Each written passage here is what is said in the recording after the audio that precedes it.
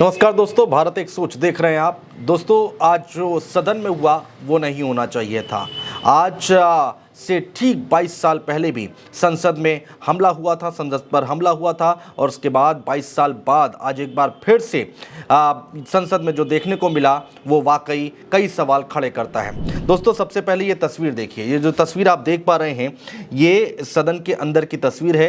ये नए संसद भवन की तस्वीरें आप देख रहे हैं और चारों तरफ पीला पीला धुआं दिखाई दे रहा है। और आप देखिए यहाँ पर जो सांसद हैं उनमें अफरा तफरी मची हुई है।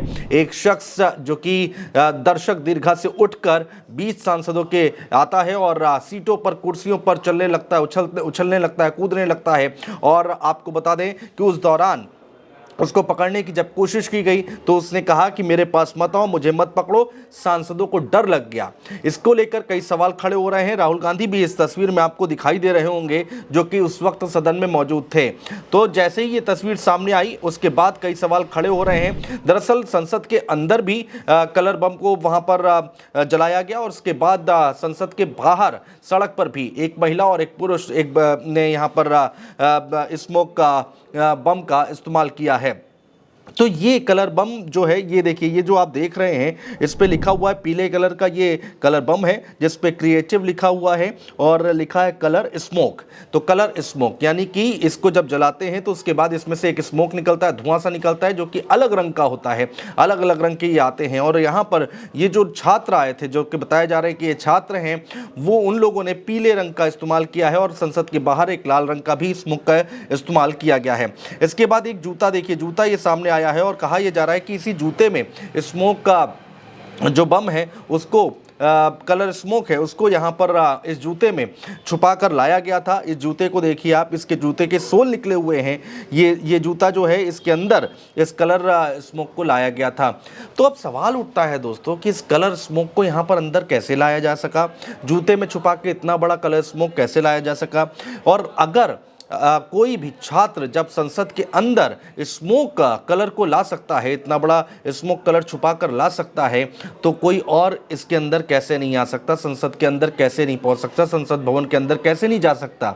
क्या संसद भवन के अंदर जाना इतना आसान है? नहीं दोस्तों, संसद भवन के अंदर जाने के लिए आपको बाकायदा परमिशन लेनी पड़ती है, फॉर्म भरना पड़ता है और आपके क्षेत्रीय जो सांसद हैं या फिर कोई भी सांसद है उनके हस्ताक्षर चाहिए होते हैं। अगर वो रिकमेंड करते हैं तो आप दर्शक दीर्घा में जा सकते हैं और सदन की कार्रवाई देख सकते हैं। लेकिन यहाँ पर जब ये लोग अंदर पहुंचे तो उसके बाद जूते में आप देखिए इस तरह से यहाँ पर स्मोक का कलर स्मोक को यहाँ पर छुपा कर लाया गया है। तो ये जूता भी निकल कर सामने आया है जिसमें इसको छुपा कर लाया गया था।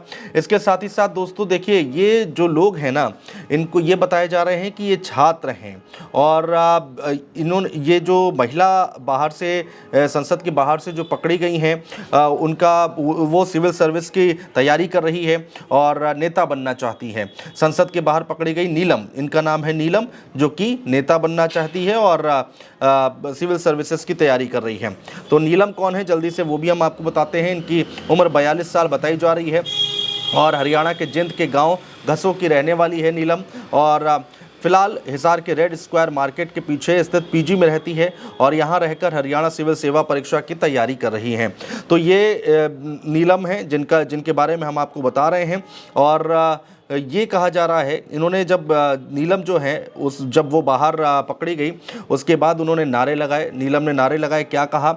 उन्होंने कहा कि गैस छोड़ने के बाद उन्होंने, कलर गैस छोड़ने के बाद उन्होंने भारत माता की जय के नारे लगाए, जय भीम के नारे लगाए, तानाशाही नहीं चलेगी के नारे लगाए। नीलम ने कहा है कि हमारी सुनवाई नहीं हो रही है और हम पर लाठीचार्ज किया जाता है, हम बेरोज़गार लोग हैं।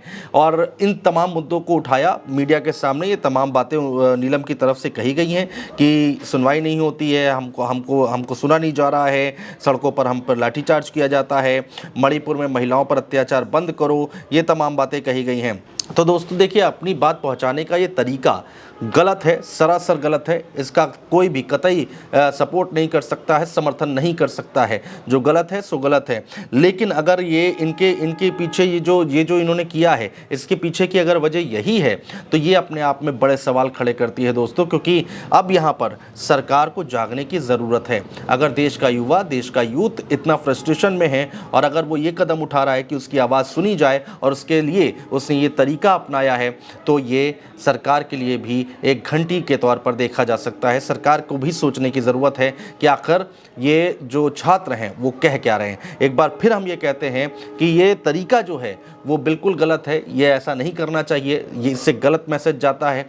और दूसरी तरफ जो संसद के अंदर ये लोग पहुँचे, सुरक्षा व्यवस्था पर सवाल उठ रहे हैं, एजेंसियों पर सवाल उठ रहे हैं। इतना सुरक्षा का घेरा, 3-3 घेरा कैसे ये लोग तोड़ के अंदर चले गए या फिर उसको चकमा देकर अंदर चले गए, उसको लेकर सवाल उठ रहे हैं। उसकी तो जांच होगी ही। देखिए, इसके पीछे लोग ये भी कह रहे हैं कि इसके पीछे कोई और भी एजेंडा हो सकता है, कोई और भी इसके पीछे हो सकता है। लेकिन फिलहाल तो पहली नज़र में यही लग रहा है कि ये छात्र हैं और कुछ लोगों के जो 4 लोग हैं उनमें से ज़्यादा उम्र नहीं है कुछ की, और कुछ एक 42 साल की हैं। तो ये इसके पीछे कुछ और भी हो सकता है। लेकिन अगर ये केवल बेरोजगारी का मुद्दा है, अत्याचार का मुद्दा है और उनकी आवाज़ नहीं सुनी जा रही है, लाठीचार्ज होता है अगर वो अपनी आवाज़ उठाते हैं तो इसको लेकर अब सरकार को सोचने की ज़रूरत है। फिलहाल जांच होगी, आगे और भी कुछ खुलासे हो सकते हैं, वो भी हम आप तक पहुंचाने की कोशिश करेंगे। देखते हैं आगे क्या कुछ निकल कर आता है दोस्तों। इस पर बहुत बहुत शुक्रिया।